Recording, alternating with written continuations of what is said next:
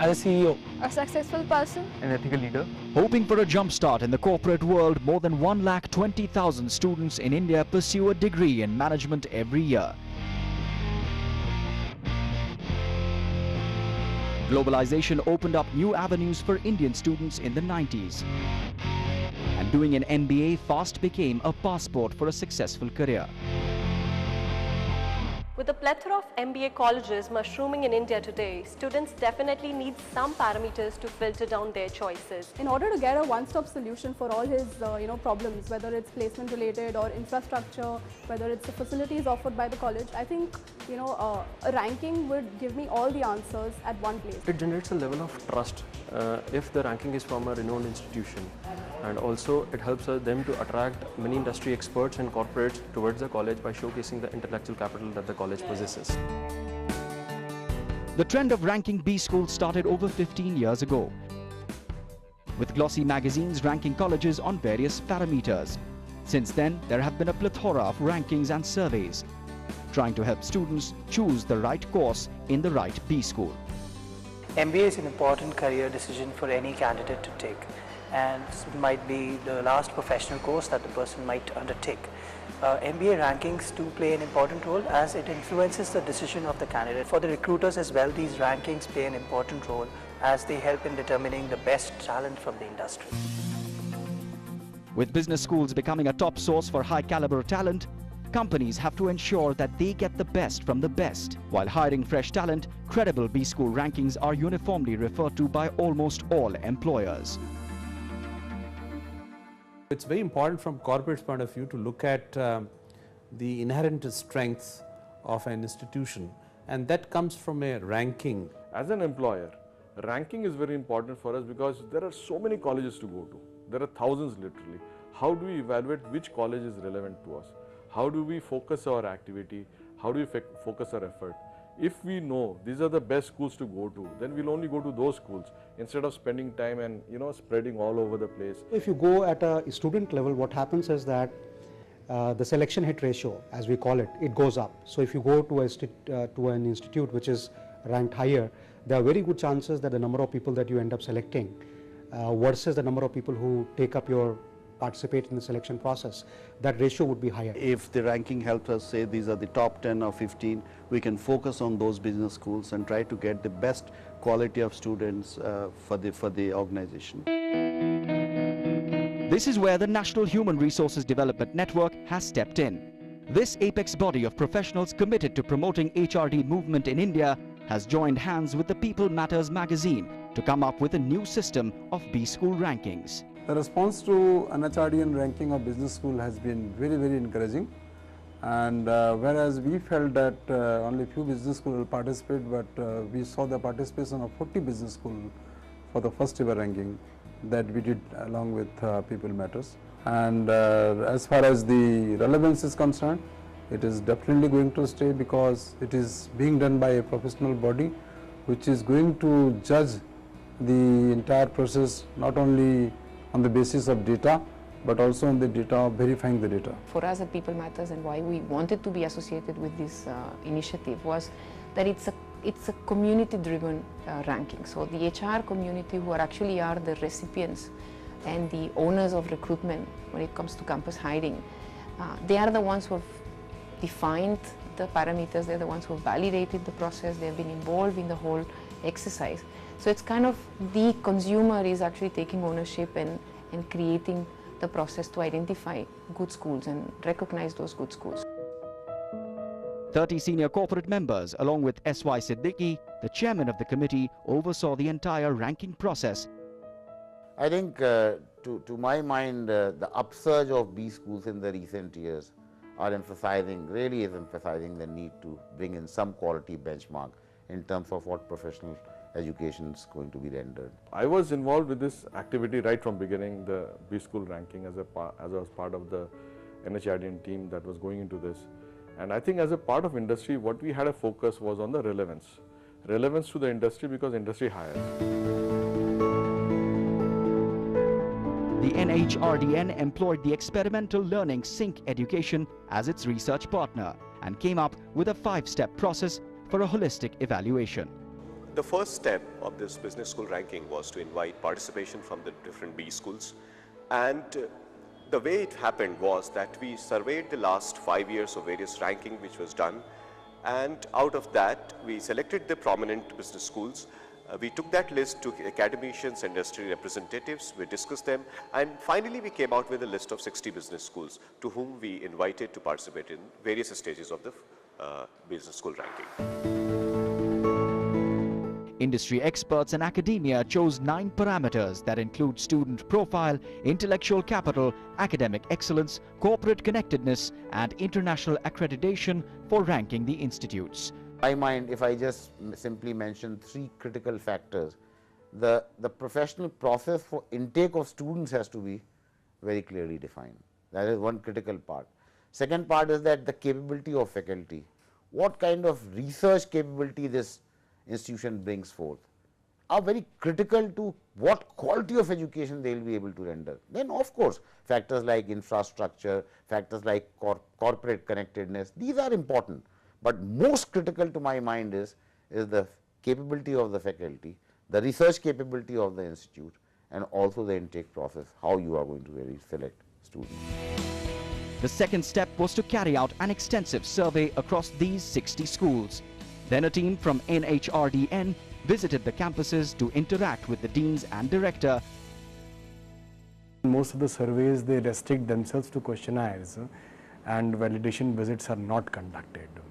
We went ahead and we also cross-checked data through validation visits. We met the director, dean, faculty members, students, placement heads, just to ensure and cross-check that what data has been provided in the questionnaire is matching, is it in consistency with whatever we see on the ground. The validation of data is a very important component of this ranking. The major criticism for other rankings was always that there is a lot of reliability on data that is self-provided and self-given by the institutions. In this case, there is actually a validation process for that information. So that's a big differentiator. This was followed by an extensive interaction with the students and faculty to understand their dynamics. I interacted with the student, interacted with the faculty, interacted with the chairman of the placement committee, and the various people who were involved in the education process. And what I found was that the data which they had provided, some of them had very clear idea and a clear vision about what they want to achieve through their academic excellence and their intellectual capital. The final scoring was based on the data the analysis revealed, with a final deliberation by the advisory committee. If we ask that did this ranking throw up some surprises? Yes, it did. And that is where the renowned advisory team came into play. And there was a huge amount of deliberation in the advisory committee meeting about the rankings.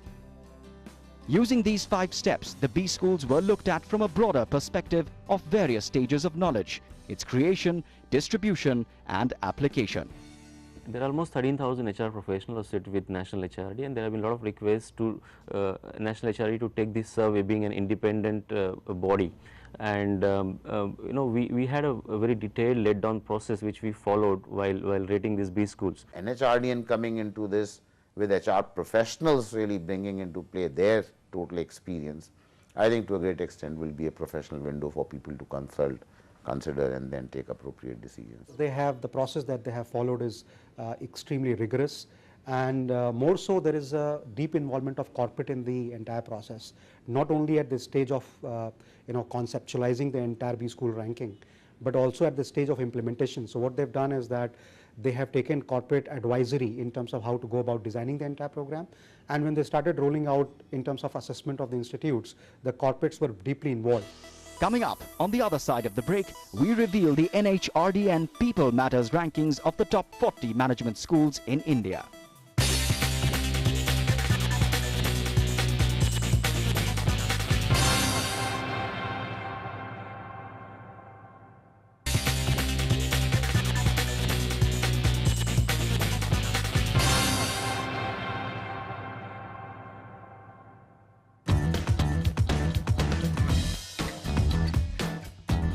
Confused about which discipline to pursue in which management school?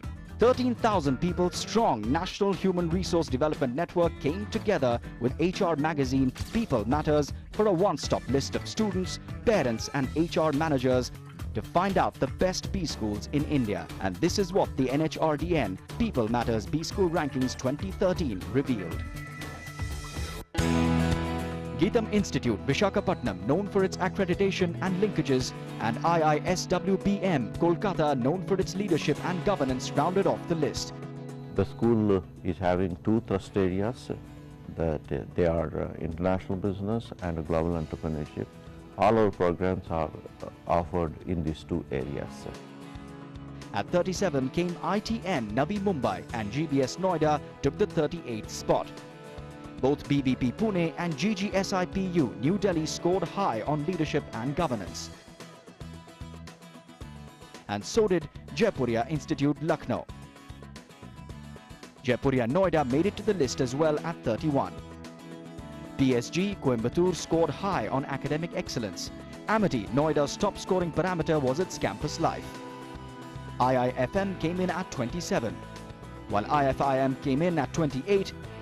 LBS Institute stood apart for its industry-student interaction, while Wellinkar Institute had its innovative teaching methods as its differentiator.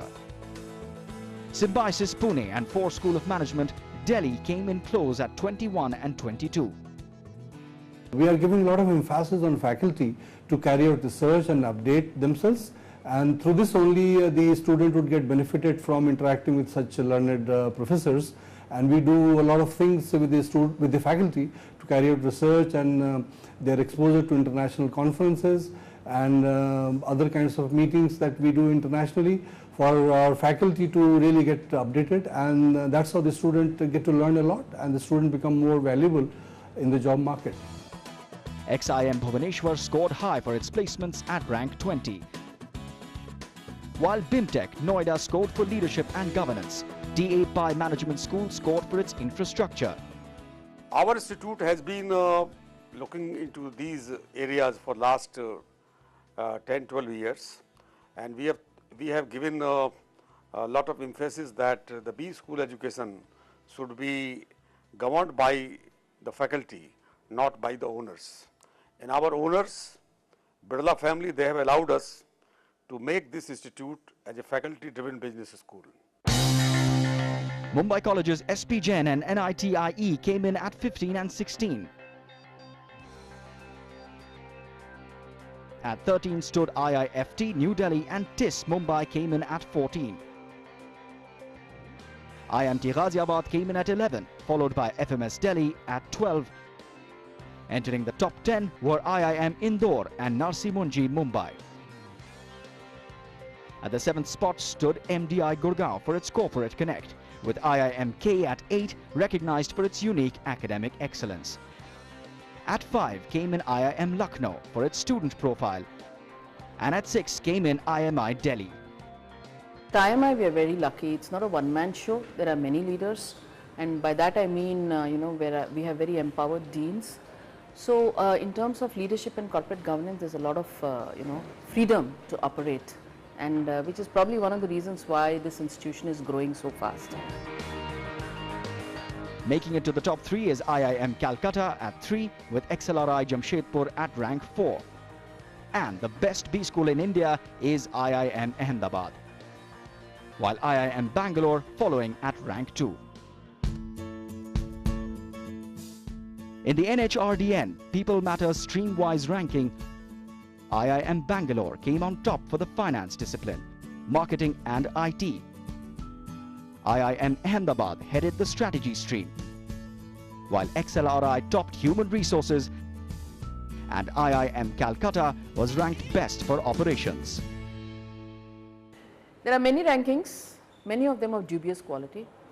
But when an institution of a professional body like NHRDN, constituting of HR professionals, actually conducts the rankings, it has high credibility according to me. The ranking which has come out, actually I think the key aspect which stands out is that instead of just the self-disclosure by the universities, there is a very objective validation and audit that has been done.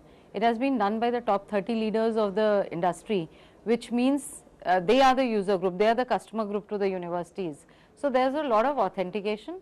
They've actually looked at competencies and attributes which are needed from the students, and based on that they've mapped and evaluated this whole set of institutes. Consultation. This was a marked departure from the current practices, wherein the ranking exercises are more of a sitting AC room exercise rather than on the field exercise. And I'm hopeful that this will not remain a ranking but will actually open a dialogue, so that with feedback going from industry to academia and back, we can make what is being taught more aligned to the needs of industry. So a lot of collective wisdom has gone into this, is to evaluate and come out with a process to evaluate the ranking of the institutions here. I think it's a wonderful exercise, very India centric and very comprehensive. With the extensive survey and field research method, NHRDN tried to fill the information gap by providing a measure of excellence that would help MBA aspirants make choices. Institutes set a bar for themselves and recruiters get the best talent for their companies. After all, it's a ranking by the recruiters and for the recruiters.